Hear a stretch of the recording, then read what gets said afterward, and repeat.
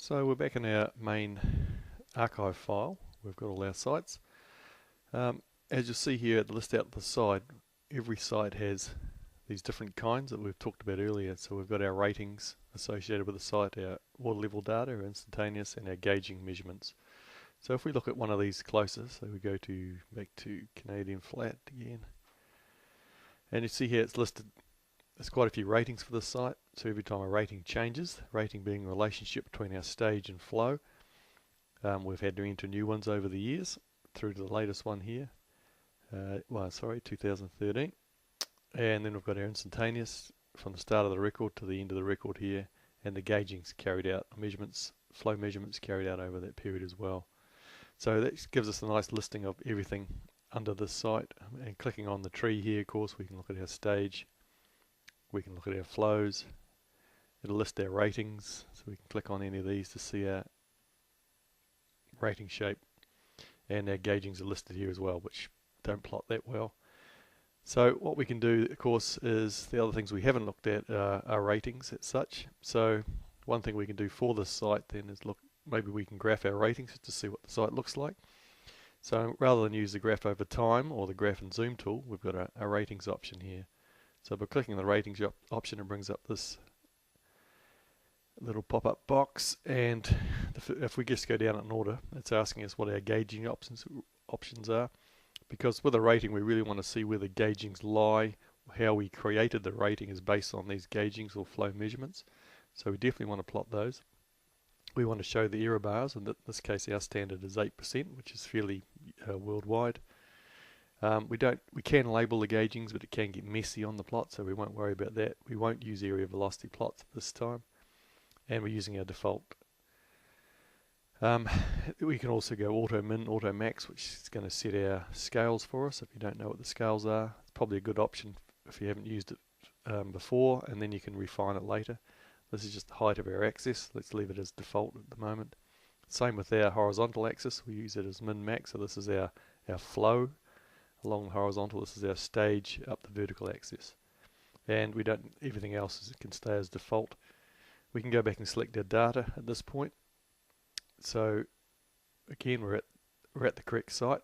We've got our rate flow here, but we're going to be checking ratings. So we're going to open up the rating box, which lists all the ratings for the site. That's a lot to plot in one go, so maybe we'll just plot the last 5 ratings. So we're going to click on that one, going to OK that, and then we're going to click on the next one and show them, choose our option of the last rating here. You'll see also it's got here first and last, which will pick up the whole lot. So probably you don't want to do the lot, but just do the first one here as we've chosen, and then hit the last. And so you'll see they're populated into there. And if we go OK to that, we've now defined our data range. We won't worry about the options, that's just for the graph, how it looks. We can play around with that later. And then we can OK that. You can see that's giving us our ratings. You can see the list of 5 ratings down below here. And it shows them all plotted on one graph here up to the full scale. And you can see that most of these ratings are the same at the top end, but it's only really the bottom end where it's changing around. So we really want to zoom in on this bottom end to see how this rating looks. So if we go back to our graph ratings again, this time let's take off our auto max, and we can actually see the scales here. So we want to go to maybe, there's 2000, maybe 1500, so it comes into here somewhere. So we're going to make that 1500 there. And the same with the discharge. So at 1500 it's probably going to be around about maybe 25. Let's choose 30,000. That's litres or 30 cubics. And let's see how that looks. You see that's made a better scale. We could have probably gone into 20,000. So let's just refine that a bit more.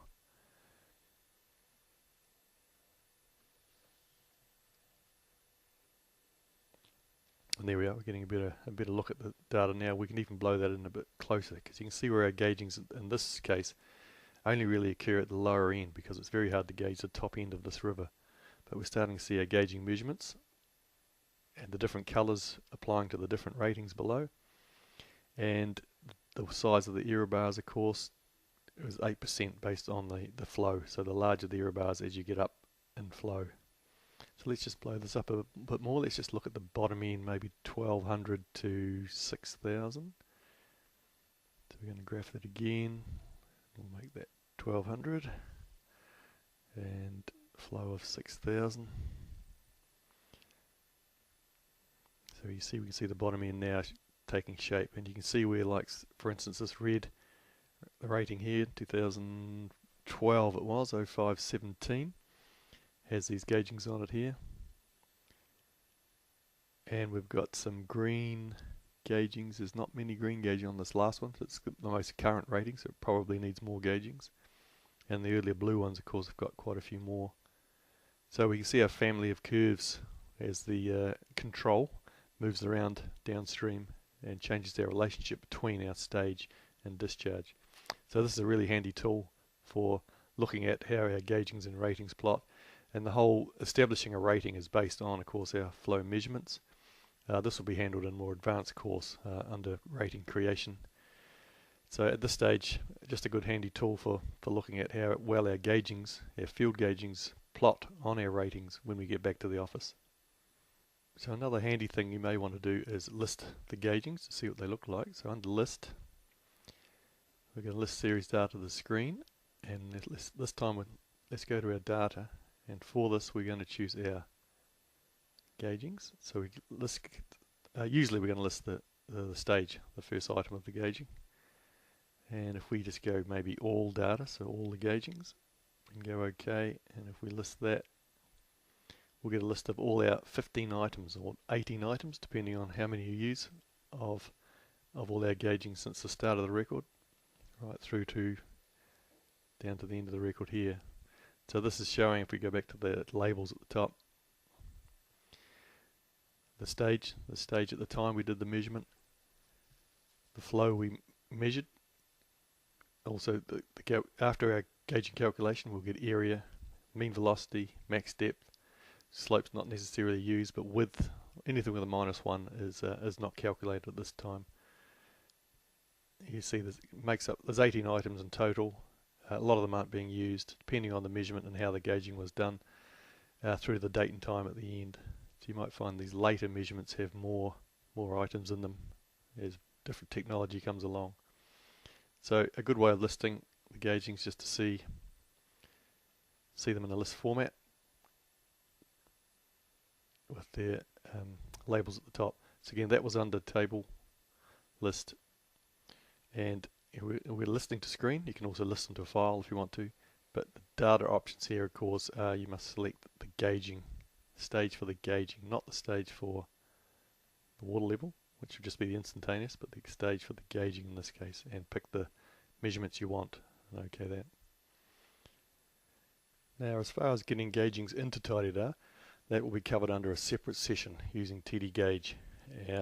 So that import side is a sort of separate module, if you like, but an import module, so we'll cover that separately. So if we go back to our ratings we saw before, another handy tool to give us an actual list of how far or how good those gauging measurements are off the rating, or how well they correspond. If we go into our extras menu here, we have a thing called rating quality bed plot. So bed plot gives us a plot of how well these measurements are going to plot from the rating. So if we go in there and we just leave the defaults and go OK, we get a listing like this. So we can see each rating here, date and time is listed, 1, 2, 3, 4, 5 of them. We've got our stage values, our flow values, and the date of those. And it gives us the minimum deviation, in millimeters, deviation off the rating, and the percentage off. So remember, we're working to 8%, so anything over 8% is a problem either with the gauging, or there's maybe a rating change, control change at the site. So you can see here that they're tracking quite nicely each side of this line here. If we get ones that deviate way out, there's probably a possible change in the rating, the control at the site, and we need to look at maybe inserting another rating in. But you can see these have been placed at a time where it's keeping all our gaugings. Here's one here at 7.5, so it's starting to drift just within our limits, but it comes back afterwards in the next one. So you really need a few gaugings to be able to establish this relationship and just to see how things track. But here's a great tool again for checking just how well our gaugings fit within the 8%. In this case it was 100 of them, 100%. So as well as listing our gaugings in a list file like this with stage and flow, we can also have the rated and calculated flows too. So that's quite interesting. So to do this, we need to go to table list again. So we're going to list to screen. This time under our data we want to choose, what we did have was stage gauging. This time we want to go down to down the bottom. You'll find a flow gauging rated, and then choose the let's say do all the record again. Okay, that, and hit OK. We'll now get the two flows, so you can see the calculated flow and the rated flow. So you can line them up side by side, and of course the beard plot gave us that percentage difference between them. But here's a way of listing the actual values. So if we go down to maybe the last gaugings here, you can see there's 80 litres difference between those two. So you can see how close they have been to the rating. Another way of listing it. Difference being, of course, you see two flows rather than a stage and flow, both flows here.